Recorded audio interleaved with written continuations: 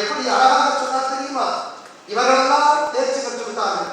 நன்றாக படிப்பவர்கள் தேர்ச்சி பெற்றிருக்கிறார்கள், நன்றாக படிப்பவர்கள் தேர்ச்சி பெற்றிருக்கிறார்கள், மிக நன்றாக படிப்பவர்கள் பயிற்சி கொடுக்கிறார்கள் என்று அழகாக சொன்னார்.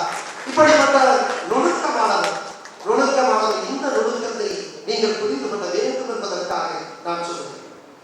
ஐஏஎஸ் ஆனா என்ன செய்யலாம்? உங்களுக்கு தெரியுமா, இந்த டிஎன்பிஎஸ்சி குரூப் 1 தேர்வு நான் நேற்று பேசுகிற கூட தொகுதி 1, தொகுதி 2, தொகுதி 4 இந்த மாணவர்கள் தான் மிகச் சிறப்பாக வெற்றி பெற வேண்டும்.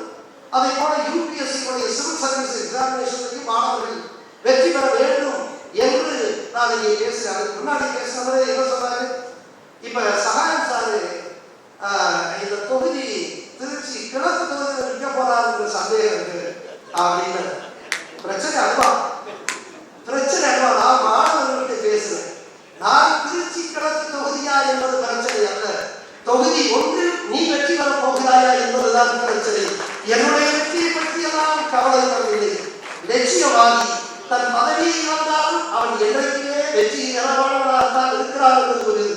எனவே இந்த தொகுதியா அந்த தொகுதியா என்பதை பற்றி எல்லாம் கவலைப்பட வேண்டாம்.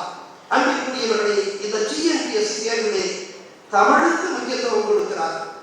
தமிழுக்கு முக்கியத்துவம் கொடுப்பதே இல்லை. நம் மம்மி டாடி கலாச்சாரத்திலிருந்து நாம் வைக்கின்ற பெயர்களிலிருந்து நம்முடைய பேச்சுக்களிலே எவ்வளவு ஆவணத்தை கலந்திருக்கிறோம் என்பதை பார்த்தால் என் தமிழ் எந்த அளவுக்கு புறக்கணிக்கப்படுகிறது என்பதை நான் அறிவேன். நான் மதுரை மாவட்டத்தினுடைய கலைஞராக இருந்தேன். அப்பொழுது முதல் முறையாக நிறைய பள்ளிகளில் முதல் என்று சொல்லிக்கொண்டே போகலாம்.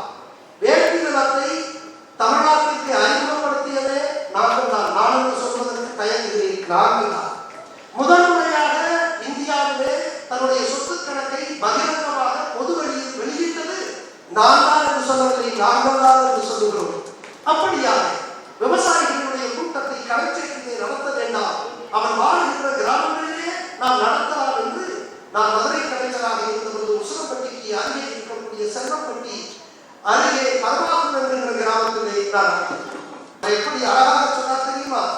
இவர்களெல்லாம் தேர்ச்சி பெற்று விட்டார்கள். நன்றாக படிப்பவர்கள் தேர்ச்சி பெற்றிருக்கிறார்கள், நன்றாக படிப்பவர்கள் தேர்ச்சி பெற்றிருக்கிறார்கள், மிக நன்றாக படிப்பவர்கள் பயிற்சி கொடுக்கிறார்கள் என்று அழகாக சொன்னார். இப்படிப்பட்ட நுணுக்கமானவர் இந்த நுணுக்கத்தை நீங்கள் புரிந்து கொள்ள வேண்டும் என்பதற்காக நான் சொல்லுவேன்.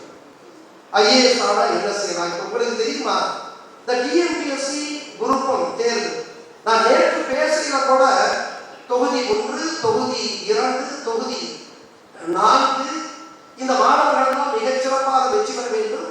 அதை போல யூபிஎஸ்சி சிவில் சர்வீஸ் எக்ஸாமினேஷன் மாணவர்கள் வெற்றி பெற வேண்டும் என்று நான் இங்கே பேசுகிறேன். அதுக்கு முன்னாடி பேசினவரே என்ன சொன்னாரு?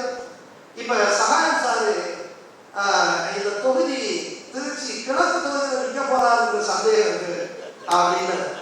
பிரச்சனை அல்வா நான் மாணவர்கள்ட்ட பேசுறேன்.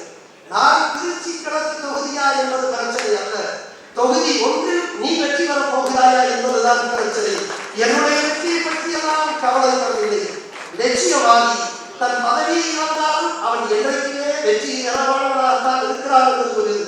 எனவே இந்த தொகுதியா அந்த தொகுதியா என்பதை பற்றி எல்லாம் கவலைப்பட வேண்டாம்.